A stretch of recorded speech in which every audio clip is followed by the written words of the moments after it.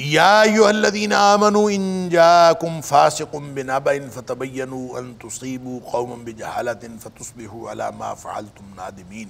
اللہ اکبر۔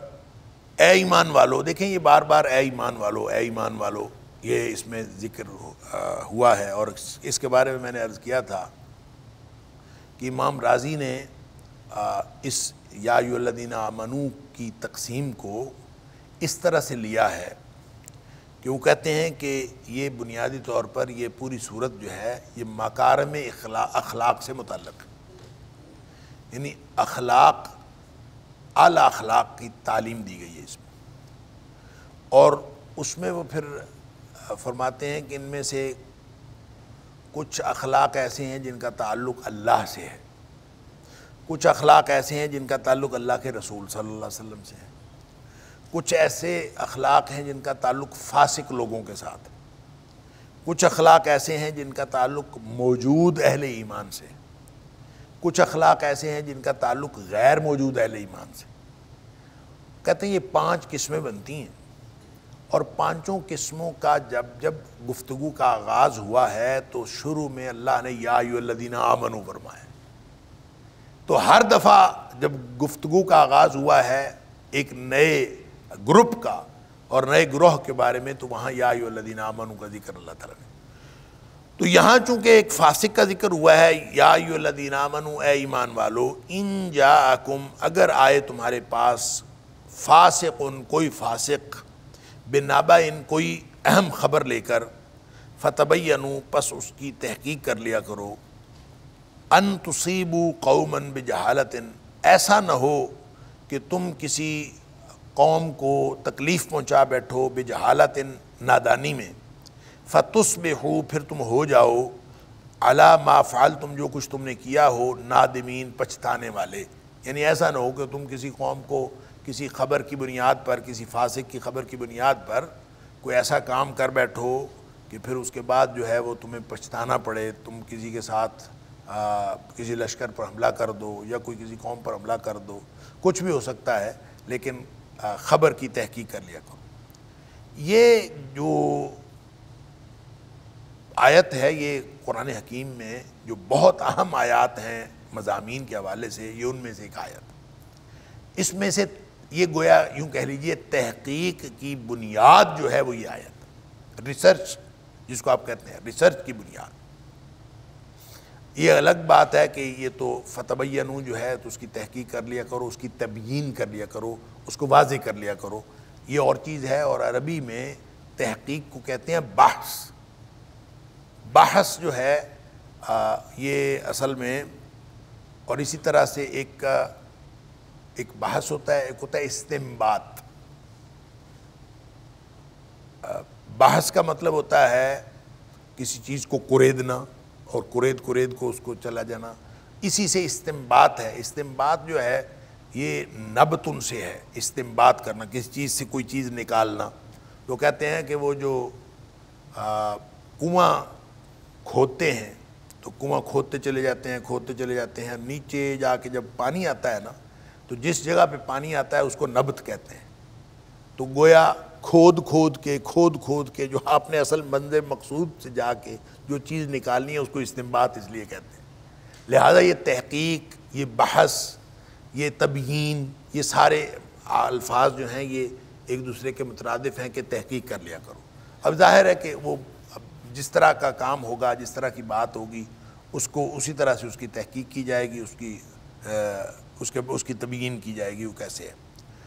یہاں جو اللہ کریم نے فاسق بیان فرمایا ہے، اسی سے فاسق جو ہے یہ آپ دیکھ لیجئے، فاسقن اور بنبأ یہ دونوں نکرہ ہیں، فاسقن بھی نکرہ ہے، نبأ بھی نکرہ ہے۔ نبأ اس خبر کو کہتے ہیں جو بہت اہم خبر ہو، عام چھوٹی موٹی خبر کو نبأ نہیں کہتے، اہم خبر کو کہتے ہیں، جو فرق ڈالے معلومات کے اوپر، اس کو کہتے ہیں نبأ۔ تو اگر کوئی شخص ایسی خبر لے کے آئے، فاسق ہو، کوئی فاسق، نکرہ کا معنی یہ ہے کوئی فاسق کوئی خبر لے کے آئے، کوئی فاسق کوئی اہم خبر لے کے آئے تو اس کو تحقیق کر لیا کرو۔ اب گویا ہر اعتبار سے تحقیق کرنا ضروری ہو گیا اور خاص طور پہ اس وقت جب کوئی شخص جو لے کے آیا ہے خبر وہ فاسق ہو۔ اب ظاہر ہے کہ اس کے مقابلے میں کوئی عادل ہوگا، کوئی نیک آدمی ہوگا، تو نیک آدمی سے خبر لینی ہے، فاسق سے نہیں لینی، یا فاسق سے لینی ہے تو پھر اس کی خوب تحقیق کر لینی ہے، پتہ ہو کہ یہ خبر دینے والا فاسق ہے تو پھر تو اس کی خوب تحقیق کرنی ہے۔ اس سے یہ پورا جو خبر کی تحقیق کا یہ جو حکم ہے، اس سے آپ یوں کہہ لیجئے کہ جو پورا نظام وضع ہوا ہے اصول حدیث کا اور حدیث کی تحقیق کا، اس کی بنیاد یہ آیت۔ اور اسی لیے جو صحیح حدیث جس کو کہا جاتا ہے کہ حدیث صحیح ہو، اس کا مطلب یہ ہے کہ صحیح حدیث وہ ہوتی ہے جس میں 5 شرائط موجود۔ 5 شرائط کون سی؟ ایک تو یہ کہ اتصال ہو سند کا، سند متصل ہو، دوسری بات یہ کہ اس کے راوی عادل ہوں، اور تیسری بات یہ کہ کامل الضبط ہو، یعنی اس کا ایک تو سچے ہوں عادل اور عمل کے اعتبار سے درست لوگ ہوں، دوسری بات یہ ہے کہ حافظہ بھی ان کا ٹھیک ہو، کامل الضبط، یعنی چوتھی بات یہ ہے کہ اس کے اندر شذوذ نہ پایا جائے، اور 5ویں بات یہ ہے کہ اس کے اندر کوئی علت نہ پائی جائے۔ شذوذ کا مطلب یہ ہوتا ہے کہ کہیں کوئی ثقہ راوی جو ہے کسی اوثق راوی، یعنی اس سے اپنے سے زیادہ ثقہ راوی کی کہیں مخالفت نہ کر رہا ہو، تو یہ بھی صحیح حدیث کے خلاف ہے۔ اور اسی طرح سے اگر کوئی، یعنی اس میں شذوذ نہیں ہونا چاہیے، اور کوئی علت کا مطلب ہوتا ہے کوئی ایسا خفیہ اس میں نقص ہو جو بظاہر نظر نہ آ رہا ہو، اور وہ بنظر غائر دیکھنے سے وہ نقص نظر آ جائے۔ تو صحیح حدیث وہ ہوتی ہے جس کے اندر یہ 5 شرائط موجود ہوں۔ گویا کسی بھی حدیث کا جو سلسلہ سند ہے اس کے اندر اگر کوئی فاسق آ جائے تو اس کی سند قبول نہیں کی جاتی۔ اگر اس کا فاسق ہونا ثابت ہو جائے تو اس کی سند قبول نہیں کی جاتی، وہ حدیث ضعیف ہوتی، وہ قابل قبول نہیں۔ تو اس سے یہ پورا اصول حدیث کا، اور اس میں پھر وہ لاکھوں لوگ جو ہیں کیسے پتہ چلے گا کہ یہ فاسق ہے کہ نہیں اس کے راویوں میں؟ تو ہر وہ راوی جو نبی کریم صلی اللہ علیہ وسلم سے لے کر کتاب مرتب کرنے والے تک درمیان میں جتنے راوی ہیں، ان سارے راویوں کے حالات زندگی جو ہیں وہ قلم بند کر لیے، تاکہ پتہ چلے کہ یہ جو ہے وہ یہ اس شخص کے حالات کیسے تھے۔ اور اگر حالات سے پتہ چلا عادل تھا، کامل الضبط تھا، صحیح حدیث ہے، حدیث میں کوئی شذوذ نہیں پایا جاتا، سند متصل ہے، کوئی علت نہیں پائی جاتی، تو وہ حدیث صحیح ہے۔ اور اگر کوئی راوی ایسا ہو جس کے بارے میں پتہ چلے یہ تو فاسق تھا، فاسق و فاجر تھا، اس کی حدیث نہیں لی جاتی، وہ رد ہو گئی۔ اچھا یہ بھی ہو سکتا ہے کسی شخص کے بارے میں پتہ ہی نہ چلے کہ وہ اس کے حالات ہی معلوم نہ ہو، تو جس کے حالات معلوم نہ ہوں اس کو کہتے ہیں مجہول الحال راوی، مجہول جس کا پتہ ہی نہیں چلا۔ اور مجہول راوی کی جو حدیث ہے وہ اخذ کرنے کے اعتبار سے یا لینے کے اعتبار سے، رد و قبول کے اعتبار سے وہ نہ قابل رد ہوتی ہے نہ قابل قبول ہوتی ہے، بلکہ اس کے بارے میں حکم یہ ہے المتوقف فی، وہ اس کے بارے میں توقف کرنا چاہیے، بس آپ اس کے بارے میں توقف کریں۔ اگر تو اس حدیث کا، یعنی جس میں راوی کا حالات معلوم نہیں ہوئے، تو اس کو آپ روک دیں بس، کیونکہ وہ مجہول الحال راوی کی حدیث ہے اور یہ صحیح کی شرائط پر پوری نہیں اترتی، تو قبول جو ہے وہ صحیح ہوتی ہے۔ اور اگر آپ نے کسی مجہول الحال راوی کی حدیث لی اور کسی اور جگہ سے اس حدیث کی تصدیق ہو گئی، پھر اس کو قابل قبول کر لیا جائے گا۔ اگر کسی جگہ سے اس کے خلاف تصدیق ہو گئی اس کو قابل رد کر دیا جائے گا، اور اگر ایسی کوئی تصدیق نہ ہوئی تو اس کو متوقف فی رکھا جائے۔ یہ ہے وہ اصول جو محدثین نے، یہ میں نے صرف ایک خلاصہ سا بیان کیا ہے جو محدثین نے مرتب کیے ہیں، اور وہ قرآن نے یہ کہا کہ یا ایھا الذین آمنوا ان جاءکم فاسق بنبأ، جب بھی کوئی فاسق خبر لائے، ضروری نہیں ہے کہ خبر لانے والا فاسق ہو، یہ تو غالب احوال کے اعتبار سے ہے کہ اگر کوئی خبر لانے والا فاسق ہو، ہر خبر کی تحقیق کر لینی چاہیے، اور خاص طور پر جب کوئی خبر لانے والا فاسق ہو پھر تو ضروری کر لینی چاہیے۔ اس آیت کے شان نزول میں اکثر مفسرین نے ایک واقعہ لکھا ہے، اور وہ واقعہ لکھا ہے ولید بن عقبہ کا۔ ولید بن عقبہ ایک صحابی تھے رضی اللہ تعالیٰ عنہ۔ نبی کریم صلی اللہ علیہ وسلم نے ان کو بنو مستلق سے زکوٰۃ اکٹھی کرنے کے لیے بھیجا تھا۔ تو ان کے خاندان اور بنو مستلق ابھی نئے نئے مسلمان ہوئے تھے، ان دونوں خاندانوں میں کوئی پرانی دشمنی چل رہی تھی۔ تو یہ گئے تو صحیح وہاں زکوٰۃ لینے کے لیے، اور آگے سے وہ لوگ ان کے استقبال کے لیے باہر نکلے، اور ان کے پاس اسلحہ وغیرہ تھا، اسلحہ لے کے وہ باہر نکلے۔ تو انہوں نے اس اسلحے سے یہ سمجھا کہ یہ ان کے درمیان اور ہمارے درمیان چونکہ ایک دشمنی تھی تو یہ شاید مجھے قتل کرنا چاہتے ہیں۔ تو یہ بجائے جانے کے یہ واپس آ گئے، اور واپس آ کے نبی کریم صلی اللہ علیہ وآلہ وسلم کو خبر دی کہ انہوں نے زکوٰۃ دینے سے انکار کر دیا ہے، الٹا وہ جو ہے میرے قتل کرنے کے درپے ہو گئے تھے، تو میں واپس آ گیا۔ اس پر جو ہے وہ نبی کریم صلی اللہ علیہ وسلم نے ایک دستہ، فوجی دستہ جو ہے وہ بھیج دیا کہ آپ جا کے جو ہے وہ بنو مستلق کی خبر لیں۔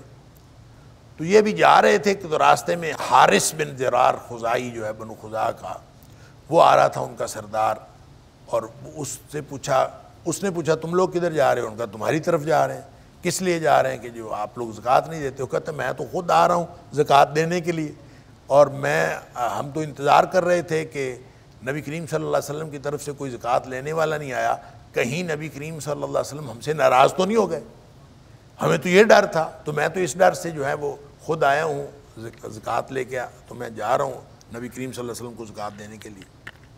اس واقعے کی بنیاد پر بہت سارے لوگوں نے ولید بن عقبہ کو فاسق کہا ہے، اس واقعے کی بنیاد۔ اور یہ واقعہ علامہ ابن کثیر نے بھی نقل کیا ہے، اور مختلف مفسرین نے، میں نے عرض کیا کہ اکثر مفسرین نے نقل کیا ہے۔ اور اس واقعے کی بنیاد پر چونکہ قرآن کہتا ہے ان جاءکم فاسق بنبأ، تو گویا وہ جو خبر لے کے آنے والا تھا وہ فاسق تھا، ان کو یہ فاسق کہہ دیا۔ اس کے بارے میں یہ عرض کر دوں کہ نبی کریم صلی اللہ علیہ وسلم کا کوئی صحابی فاسق نہیں ہو سکتا۔ غلطی کا صدور ہو سکتا ہے، گناہ کبیرہ کا صدور بھی ہو سکتا ہے کسی بھی وجہ سے، لیکن وہ بالآخر جو ہے وہ گناہ کبیرہ سے بھی، اگر گناہ کبیرہ کا ارتکاب بھی کسی صحابی سے ہو جائے تو اس کو اللہ تعالیٰ توبہ کی توفیق دے دیتا ہے، لہٰذا کسی صحابی کو فاسق نہیں کہا جا سکتا۔ اب رہی یہ بات، تو میں نے عرض کیا کہ پہلی بات تو یہ ہے کہ یہاں اللہ کریم نے فاسق بنبأ کہا ہے، فاسق نکرہ ہے، یہاں معرفہ نہیں ہے۔ معرفہ ہوتا تو ہم کہتے کہ یہ کسی خاص آدمی کے لیے ہے، تو یہ نکرہ ہے، اس کا مطلب ہے یہ عام ہے، کوئی بھی فاسق، یہ اصول بنایا کوئی بھی فاسق کوئی بھی اہم خبر لائے تو اس کا تعلق کسی خاص آدمی کے ساتھ یا کسی خاص خبر کے ساتھ ہے ہی نہیں، پہلی بات تو یہ۔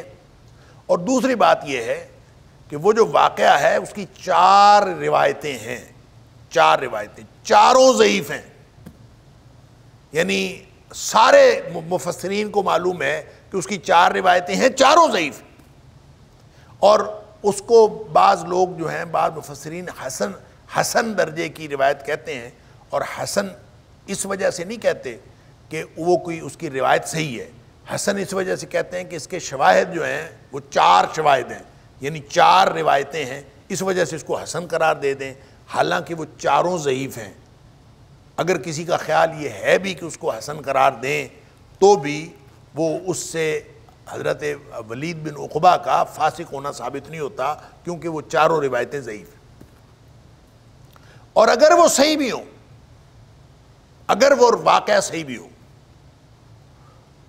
تو بھی ولید بن عقبہ جو ہے وہ فاسق اس لیے قرار نہیں پاتے کہ ایک تو یہ نکرہ ہے، یہ ان کو تو کہا ہی نہیں گیا، اور دوسری بات یہ ہے کہ نبی کریم صلی اللہ علیہ وآلہ وسلم نے ولید بن عقبہ کو زکوٰۃ اکٹھی کرنے کے لیے بھیجا،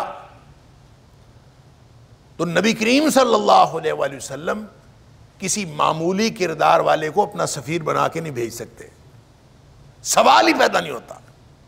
جیسے حضرت عثمان غنی رضی اللہ تعالیٰ عنہ کو معاہدہ حدیبیہ کے موقع پر بھیجا تھا مکے میں. اللہ، صحابہ کہتے ہیں کہ پورے بطن مکہ میں سے اگر کوئی اور عثمان سے زیادہ معزز ہوتا تو نبی کریم صلی اللہ علیہ وسلم اس کو بھیجتے. جس کو سب سے عزت والا سمجھا نبی پاک صلی اللہ علیہ وسلم اس کو بھیج دی. تو گویا جب ولید بن عقبہ کو نبی کریم صلی اللہ علیہ وسلم نے زکوٰۃ کی وصولی کے لیے بھیجا ہے تو اس کا مطلب ہے نبی کریم صلی اللہ علیہ وآلہ وسلم نے ان کے حسن اخلاق اور حسن کردار کی سند عطا فرما دی ہے کہ ولید بن عقبہ جو ہے وہ ہر اعتبار سے فٹ آدمی، اس لیے تو اس کو بھیجا. اگر فٹ نہ ہوتا نبی کریم صلی اللہ علیہ وسلم بھیجتے ہی نہیں. رہ گئی یہ بات، اگر یہ واقعہ صحیح بھی ہے، میں نے عرض کیا کہ چاروں اس کی روایتیں ضعیف ہیں اور اس پر اور ضعیف روایت جو ہے اس سے شریعت ثابت ہوتی ہی نہیں. اور اگر اس واقعے کو صحیح بھی قرار دے لیا جائے تو حضرت ولید بن عقبہ جو ہیں ان سے غلطی ہوئی ہے نا، کہ انہوں نے سمجھا کہ وہ لوگ آئے ہیں آگے سے اور وہ ان کے ہاتھ میں اسلحہ بھی تھا، تو ان سے سمجھنے میں غلطی ہوئی ہے شاید مجھے مارنے کے لیے آئے ہیں، حالانکہ وہ مارنے کے لیے نہیں آئے تھے، وہ استقبال کے لیے آئے تھے. تو یہ سمجھنے میں غلطی ہو جانا یہ کسی بھی فسق کی نشانی نہیں ہے. فسق کہتے ہیں نافرمانی کو، اطاعت سے نکل جانے کو. انہوں نے کسی بھی موقع پر نبی کریم صلی اللہ علیہ وسلم کی اطاعت سے نکل جانے کا ارتکاب نہیں کیا. لہٰذا اس بنیاد پر کہ یہ آیت جو ہے یہ اس کے پس منظر میں وہ واقعہ بیان کیا گیا ہے اور مفسرین نے بیان کیا ہے، اس سے یہ ثابت ہو جائے کہ حضرت ولید بن عقبہ وہ ایک صحابی تھے اور وہ فاسق قرار پائے ہیں. یہ اس واقعے سے اور اس آیت سے ولید بن عقبہ کو کسی طور بھی فسق کا الزام نہیں لگایا جا سکتا. صحابہ کرام سارے کے سارے عدول ہیں اور پھر آگے تفصیل آ رہی ہے. اور یہی عقیدہ قرآن سے ثابت ہے. پیچھے بھی آپ کو ہم نے پڑھا لہم مغفرۃ واجر عظیم، ان کے لیے مغفرت ہے، ان کے لیے بڑا اجر ہے. پھر اللہ کریم نے مختلف مقامات پہ ان کے سورہ فتح کے اندر ہم نے پڑھ لیا، پھر پیچھے سورہ توبہ کے اندر اللہ تعالیٰ نے فرما دیا، مختلف جگہ پہ اللہ تعالیٰ سورہ بقرہ کے اندر اللہ تعالیٰ نے فرما دیا. ہر جگہ پہ اللہ تعالیٰ نے ان کو بریکٹ اپروول دی ہے. سارے کے سارے صحابہ کرام کو اللہ کریم نے مغفرت عطا فرمائی ہے، رضوان عطا فرمائی ہے، اپنی خوشنودی عطا فرمائی ہے اور ان کو جنت کا وعدہ کیا. اس کا مطلب یہ ہے کہ صحابی ظاہر ہے نبی تو نہیں ہے، صحابی سے غلطی تو ہو سکتی ہے، گناہ بھی ہو سکتا ہے، گناہ کبیرہ بھی ہو سکتا ہے، لیکن گناہ کبیرہ ہو یا عام گناہ ہو اس کو اللہ تعالیٰ توبہ کی توفیق لازماً دے دیتا ہے اور وہ توبہ کیے بغیر فوت نہیں ہوتا. جیسے ہم نے دیکھا کہ نبی کریم صلی اللہ علیہ وسلم نے بعض لوگوں کے اوپر حد جاری کی ہے، بعض لوگوں کے اوپر حد جاری ہوئی ہے. اور یہ ولید بن عقبہ کے بارے میں بھی مسلم شریف کے اندر ایک حدیث ہے کہ ان کو جو ہے وہ حضرت عثمان غنی رضی اللہ تعالیٰ کے دور میں ان کے اوپر بھی شراب کی حد جاری ہوئی ہے. تو شراب کی حد جاری ہونا اس کا مطلب یہ ہے کہ ایک غلطی ہوئی، اس غلطی کی بنیاد پر ان کے اوپر حد جاری ہو گئی. اور جو التائب من الذنب کمن لا ذنب لہ، گناہ سے توبہ کرنے والا ایسا ہے جیسا اس نے گناہ کیا ہی نہیں.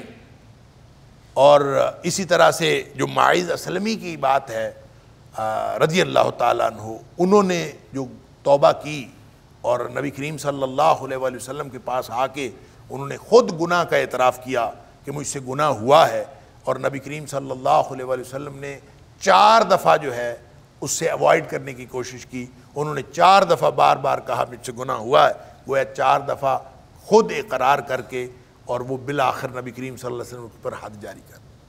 اور جب حد جاری ہوئی تو نبی کریم صلی اللہ علیہ وسلم نے فرمایا اس نے ایسی توبہ کی ہے کہ اگر وہ پورے مدینے والوں کے اوپر تقسیم کر دی جائے سب کو کافی ہو جائے. یعنی اس طرح کی اللہ تعالیٰ نے شاندار. تو گناہ جو ہے کسی سے سرزد ہو جانا یہ بعید از قیاس نہیں ہے، یہ ہو سکتا ہے، لیکن ان کو اللہ نے معافی کے بغیر اللہ تعالیٰ نے رہنے نہیں دیا. ہر ایک نے مرنے سے پہلے معافی مانگ لی ہے. یہ ہے، یہ مرحوم و مغفور ہیں، یہ سارے کے سارے ان کے اوپر اللہ کی رحمت ہے. لہم مغفرۃ، ان کو اللہ نے مغفرت عطا فرمائی ہے. لہٰذا کوئی اگر واقعہ ایسا ہو بھی کہ جس واقعے سے ان کے اوپر کوئی گناہ جو ہے وہ ثابت ہوتا ہو، تو یہ نہیں ہو سکتا کہ صحابی جو ہے وہ مرنے سے پہلے اس کی توبہ نہ کرے۔ تو توبہ کر کے اس لیے اللہ کریم نے سب کے لیے جنت کا وعدہ کیا ہے، اور جنت کا وعدہ کرنے، اللہ کا جنت کا وعدہ اور خوشنودی کا وعدہ کرنے کا مطلب یہ ہے کہ یہ سارے کے سارے جو ہیں صحابہ کرام یہ نیک لوگ تھے۔ اور یہاں جو اصول تحقیق کا واضح ہوا ہے، اس سے یہ قطعاً واضح نہیں ہوتا، نکرہ ہے، فاسقون بھی نکرہ ہے، نابائن بھی نکرہ ہے، اور اس سے کسی صحابی کے بارے میں خصوصیت کے ساتھ اگر یہ معرفہ ہوتا تو ہم کہتے کسی کے بارے میں بات ہوئی ہے، کسی کے بارے میں یہ بات نہیں ہوئی۔ اور اس آیت سے ایک اصول بتایا گیا ہے، البتہ وہ واقعہ اس کے پیچھے ہو چاہے نہ ہو، دونوں صورتوں میں یہ واقعہ جو ہے، یہ آیت جو ہے، اس سے صحابی کا فاسق ہونا ثابت نہیں ہوتا۔ واللہ اعلم۔ تو یہ کسی بھی جگہ واقعہ ہو سکتا ہے، کسی بھی طرح کا، کہ کوئی شخص جو ہے کسی خبر پر جو ہے وہ چڑھ دوڑے کسی کے اوپر، کوئی لشکر چڑھ دوڑے، کوئی آدمی اکیلا تنہا جو ہے وہ کسی کے اوپر جو ہے حملہ آور ہو جائے، کوئی کسی بھی طرح کی خبر، تو پہلے خبر کی تحقیق کر لینا چاہیے، اس کے بعد کرنا چاہیے کہ یہ تو ایک ایسا جنرلائزڈ اصول ہے، اور یہ اگر مسلمانوں کے باہمی حقوق درست رکھنے ہوں یا مسلمانوں کا داخلی اور خارجی تحفظ جو ہے اس کو انشور کرنا ہو، تو یہ اصول جو ہے بہت ہی عام ہے۔ وَاعْلَمُوا أَنَّ فِيكُمْ رَسُولَ اللَّهِ لَوْ يُطِيعُكُمْ فِي كَثِيرٍ مِّنَ الْأَمْرِ لَعَنِتُّمْ وَلَكِنَّ اللَّهَ حَبَّبَ إِلَيْكُمُ الْإِيمَانَ وَزَيَّنَهُ فِي قُلُوبِكُمْ وَكَرَّهَ إِلَيْكُمُ الْكُفْرَ وَالْفُسُوقَ وَالْعِصْيَانَ أُولَٰئِكَ هُمُ الرَّاشِدُونَ۔ اور جان رکھو یہ کہ رسول اللہ صلی اللہ علیہ وسلم تمہارے درمیان موجود ہیں، اگر وہ تمہاری بات مانے، لو یطیعکم، اگر وہ تمہاری بات مانے، فی کثیر من الامر، بہت سارے باتوں میں وہ تمہاری بات مانے، لعنتم، تو تمہیں ہی تکلیف ہوگی اس بات کی، کہ اس کا جو وبال پڑے گا تمہارے اوپر ہی پڑے گا، تم مشقت میں پڑو گے۔ ولیکن اللہ، اور لیکن اللہ نے، حبب الیکم الایمان، اللہ نے ایمان کو تمہارے لیے محبوب بنا دیا ہے، وَزَيَّنَهُ فِي قُلُوبِكُمْ، اور اللہ نے ایمان کو تمہارے دلوں میں سجا دیا ہے۔ سبحان اللہ۔ کون ہیں لوگ؟ یہ کن لوگوں کے بارے میں اللہ کہہ رہا ہے؟ ایمان تمہیں محبوب بنا دیا ہے، تمہارے دلوں میں سجا دیا ہے۔ یہ کون لوگ ہیں؟ یہ صحابہ کرام ہیں۔ وَكَرَّهَ إِلَيْكُمُ الْكُفْرَ وَالْفُسُوقَ وَالْعِصْيَانَ، اور تمہارے لیے ناپسندیدہ بنایا ہے، تمہیں متنفر کر دیا ہے کفر سے اور فسوق سے، فسق سے اور نافرمانی سے۔ فسق کو گناہ کہہ لیں، عصیان کو نافرمانی کہہ لیں۔ اولئک ہم الراشدون، یہی لوگ ہیں جو سیدھا رستہ پانے والے۔ یعنی اندازہ کیجئے کس کس پہلو سے اللہ تعالیٰ نے صحابہ کرام کی شان بیان کی ہے۔ سبحان اللہ۔ اولئک ہم الراشدون، یہی وہ لوگ ہیں جو سیدھا رستہ پانے والے ہیں، رشد و ہدایت والے ہیں، یہی وہ لوگ۔ اچھا، اللہ کے رسول صلی اللہ علیہ وسلم تمہارے درمیان موجود ہیں، یہ نہیں تھا پتہ، صحابہ کرام کو نہیں تھا پتہ کہ اللہ کے رسول صلی اللہ علیہ وسلم موجود ہیں۔ اصل میں اس کی دو جہات ہیں۔ ایک جہت تو یہ ہے کہ نبی کریم صلی اللہ علیہ وآلہ وسلم بہت سارے لوگوں کے رشتہ دار بھی تھے۔ محمد بن عبداللہ کی حیثیت سے نبی کریم صلی اللہ علیہ وسلم بہت سارے لوگوں کے رشتہ دار تھے۔ بہت سارے جو رشتے صحابہ کرام میں سے، یعنی کتنی امہات المومنین کے یہ شوہر ہیں، کتنے لوگوں کے جو ہیں وہ نبی کریم صلی اللہ علیہ وسلم کزن ہیں، کسی کے کسی طرح ہیں، کسی کے کسی طرح ہیں۔ تو یہ رشتے جو ہیں، اس رشتے میں ہر شخص نبی کریم صلی اللہ علیہ وآلہ وسلم کو اس طرح، یعنی وہ ایک رشتہ ہے اور ایک نبی پاک صلی اللہ علیہ وسلم کی رسول کی حیثیت ہے، ایک ذات کی حیثیت ہے، ایک رسول کی حیثیت ہے، دونوں حیثیتیں۔ تو نبی پاک صلی اللہ علیہ وآلہ وسلم ذات کی حیثیت سے بھی ساری دنیا، ساری کائنات سے بہتر ہے اللہ کے بعد۔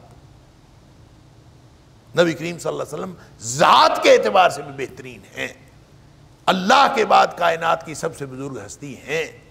جیسے نبی کریم صلی اللہ علیہ وسلم نے فرمایا کہ اللہ نے ابراہیم علیہ السلام کی اولاد میں سے آل اسماعیل کو چنا، آل اسماعیل میں سے کنانہ کو چنا، کنانہ میں سے اللہ نے قریش کو چنا، قریش میں سے اللہ نے بنی ہاشم کو چنا اور بنی ہاشم میں سے اللہ نے مجھے چن لیا. نبی پاک صلی اللہ علیہ وسلم یہ فرماتے ہیں. پھر اسی طرح دوسری حدیث جو ترمذی کے اندر ہے وہ بھی پہلے کئی دفعہ بیان ہوئی کہ نبی کریم صلی اللہ علیہ وسلم کے بارے میں آپ کے چچا عباس نے کوئی بات سنی تھی، کوئی ناگوار بات. انہوں نے آ کے نبی کریم صلی اللہ علیہ وسلم سے بات کی. نبی پاک صلی اللہ علیہ وسلم ممبر پر کھڑے ہو، آپ ممبر پر کھڑے ہو کے آپ نے پوچھا من انا، بتاؤ میں کون ہوں. لوگوں نے کہا انت رسول اللہ صلی اللہ علیہ وسلم، آپ اللہ کے رسول ہیں. لیکن یہاں نبی کریم صلی اللہ علیہ وسلم نے اپنی ذات رسالت، اپنی حیثیت رسالت جو ہے وہ واضح کرنا مقصود نہیں تھا. نبی پاک صلی اللہ علیہ وسلم فرمایا انا محمد بن عبداللہ بن عبد المطلب، میں عبداللہ کا بیٹا اور عبد المطلب کا پوتا، یہ محمد صلی اللہ علیہ وسلم. پھر نبی کریم صلی اللہ علیہ وسلم نے فرمایا جب اللہ نے کائنات کو بنایا، ان اللہ تعالی خلق الخلق فجعلنی فی خیرہم، مجھے اللہ نے ساری مخلوقات میں سے بہترین بنایا. ثم جعلہم فرقتین، پھر اللہ نے مخلوق کے دو حصے بنا دیے. فجعلنی فی خیرہم فرقتن، مجھے اس حصے میں رکھا جو کائنات کا بہترین حصہ تھا. ثم جعلہم قبائل، پھر اللہ نے ان کے قبیلے بنا دیے، مجھے اس قبیلے میں رکھا جو کائنات کا بہترین قبیلہ تھا. ثم جعلہم بیوتن، پھر اللہ نے ان کے چھوٹے چھوٹے گھرانے بنا دیے. فجعلنی فی خیرہم بیتن، مجھے اس گھرانے میں رکھا جو کائنات کا بہترین گھرانہ تھا. فانا خیرہم نفسا وانا خیرہم بیتا، اب میں گھرانے کے اعتبار سے بھی پوری کائنات سے بہترین ہوں اور ذات کے اعتبار سے بھی ساری کائنات سے بہترین. سبحان اللہ. اب نبی پاک صلی اللہ علیہ وسلم ذات کے اعتبار سے بھی بہترین ہیں، گھرانے کے اعتبار سے بھی بہترین ہیں، لیکن یہاں جو بات فرمائی جا رہی ہے وہ ہے نبی پاک صلی اللہ علیہ وسلم کی حیثیت رسالت. نبی پاک صلی اللہ علیہ وسلم کی حیثیت ذات کو تسلیم کرنے سے آدمی امتی نہیں بنتا، آپ کی حیثیت رسالت پر ایمان لانے سے امتی بنتا. آپ کی ذات کو تو ابو جہل بھی مانتا ہے، ابو لہب بھی مانتا ہے، سارے کافر مانتے تھے، اس دور کے کافر بھی مانتے تھے، آج کے دور کے کافر بھی مانتے ہیں، اور وہ مانتے ہیں نبی پاک صلی اللہ علیہ وسلم سب سے اچھے تھے. اور جب نبی کریم صلی اللہ علیہ وسلم اسلام کی دعوت دیتے ہیں، جب آپ رسالت کی دعوت دیتے ہیں، اس وقت وہ نہیں مانتے، نہ ابو جہل مانتا، نہ ابو لہب مانتا، آج کے دور کے لوگ بھی نہیں مانتے. تو نبی پاک صلی اللہ علیہ وسلم کے بارے میں یہ کہنا وَاعْلَمُوا أَنَّ فِيكُمْ رَسُولُ اللَّهِ، کہ یاد رکھو اور اس بات کو جان لو أَنَّ فِيكُمْ رَسُولُ اللَّهِ، کہ تمہارے درمیان رسول اللہ صلی اللہ علیہ وسلم ہیں، وہ موجود ہیں. کیا مطلب؟ یہ جو اللہ کے رسول صلی اللہ علیہ وسلم ہے نا، یہ محمد بن عبداللہ نہیں ہے. بطور محمد بن عبداللہ تو تمہاری رشتہ داریاں ہوں گی، اور آپس کی رشتہ داریوں میں تو کسی طرح کی بہت ساری دل لگیاں ہو سکتی ہیں، لیکن جو حیثیت رسالت ہے نا، وہ ہے اصل ان کا جو نبی پاک صلی اللہ علیہ وسلم کی جو حیثیت رسالت ہے، جس کی وجہ سے جس کو تسلیم کرنے کے بعد انسان مومن بنتا ہے، جس کو تسلیم کرنے کے بعد انسان امتی بنتا ہے. وَاعْلَمُوا أَنَّ فِيكُمْ رَسُولَ اللَّهِ، تمہارے درمیان اللہ کے رسول صلی اللہ علیہ وسلم موجود ہیں. پھر جب اللہ کے رسول موجود ہیں تو پھر تمہیں اور کیا چاہیے؟ جو چیز نبی پاک صلی اللہ علیہ وسلم وَمَا آتَاكُمُ الرَّسُولُ فَخُذُوهُ وَمَا نَهَاكُمْ عَنْهُ فَانْتَهُوا، کہ جو چیز اللہ کے رسول صلی اللہ علیہ وسلم تمہیں دیں وہ لے لو، جس سے منع کرے اسے رک جاؤ. اللہ، یہ دین ہے سارا، صرف اتنا دین. جو چیز تمہیں اللہ کے رسول صلی اللہ علیہ وسلم دیں وہ لے لو، جس سے منع کرے اسے رک جاؤ. اللہ. لہذا فرمایا کہ اب یہ اللہ کے رسول بطور رسول، بعض مشورے تو تمہارے مان لیتے ہیں، لیکن اکثر باتوں میں اگر یہ تمہاری بات مانے نا تو تم ہی مشقت میں پڑو گے. اس کی وجہ یہ ہے کہ نبی کریم صلی اللہ علیہ وسلم تو جو بات کہتے ہیں یا وہ اللہ کی مرضی سے کہتے ہیں، جو اپنی سمجھ سے بھی بات کہیں تو اللہ کے خلاف نہیں ہوتی، اور جو بات کہتے ہیں وما ينطق عن الهوى ان هو الا وحی یوحی، ان کو تو وہی آتی ہے، پھر وہ نبی پاک صلی اللہ علیہ وسلم کہتے ہیں. لہٰذا نبی کریم صلی اللہ علیہ وسلم جو بات کہتے ہیں وہ تو تمہاری خیر خواہی کی بات کہتے ہیں، اور جو بات نبی کریم صلی اللہ علیہ وسلم کہہ دیں اس میں لازماً تمہارے لیے خیر خواہی ہوتی ہے. لیکن جب تم کہو گے ایک نے کچھ اور کہا، دوسرے نے کچھ اور کہا، تیسرے نے کچھ اور کہا، چوتھے نے کچھ اور کہا، تو اس کے نتیجے میں کیا ہوگا؟